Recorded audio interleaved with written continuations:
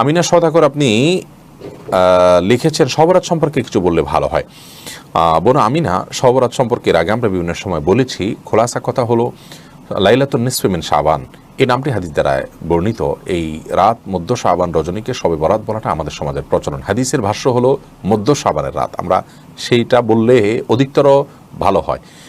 কারণ হলো এর নামের কারণে আমাদের চিন্তা চেতনা অনেক ভুল বিষয় চলে আসে। মধ্য শাবান রজনী, এই রজনীর ফজিলত মোটা দাগে প্রমাণিত।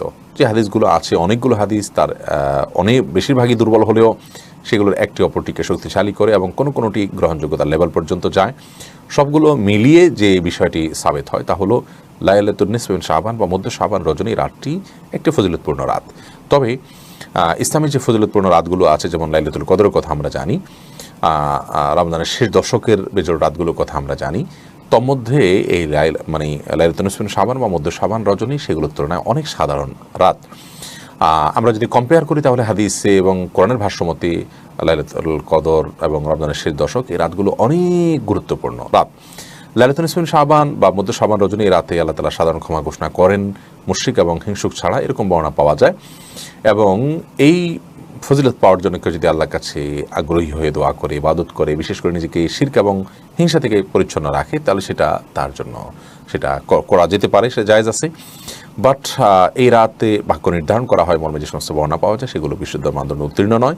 কোরআন কারীম সূরা দুখানের 1-4 নম্বর আয়াতের দিকে তাকালে আমরা দেখি যে মূলত লাইলাতুল কদরে ভাগ্য নির্ধারণ করা হয়ে থাকে। যদিও এটা নিয়ে উলামায়ে কেরামের একাধিক মত আছে, কিন্তু অধিকতর গ্রহণযোগ্য এবং সরাসরি কোরআন আয়াতের অর্থের দিকে তাকালে বোঝা যায় যে আল্লাহ তাআলা যে রাতে কোরআন নাজিল করেছেন ওই রাতেই ভাগ্য নির্ধারণ করেন।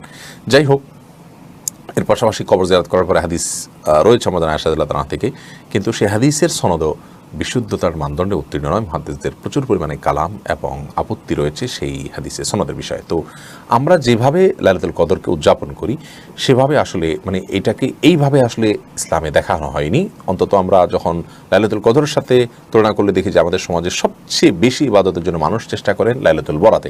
ইবাদতের চেষ্টা দোষের না, কিন্তু আপনি লাইলাতুল নিসফি মিন শাবান রাতটাকে খুব গুরুত্ব দিচ্ছেন, কিন্তু এর সাথে গুরুত্বপূর্ণ রাতগুলো থেকে আপনি একেবারেই গুরুত্বহীন মনে করছেন।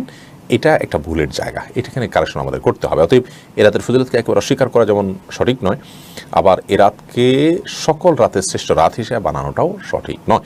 এ রাতে হালুয়া খাওয়া, নবী সাল্লাল্লাহু আলাইহি ওয়াসাল্লাম দাঁত ভেঙে হালুয়া খেয়েছেন, সেজন্য তার অনুকরণে হালুয়া খাওয়া ইত্যাদি অনেক কথা প্রচলিত আছে, সেগুলো গর্হিত এবং ভুল ভাল কথা। এগুলোর কোনো বিশ্বস্ত এবং গ্রহণযোগ্য কোনো সূত্র নেই।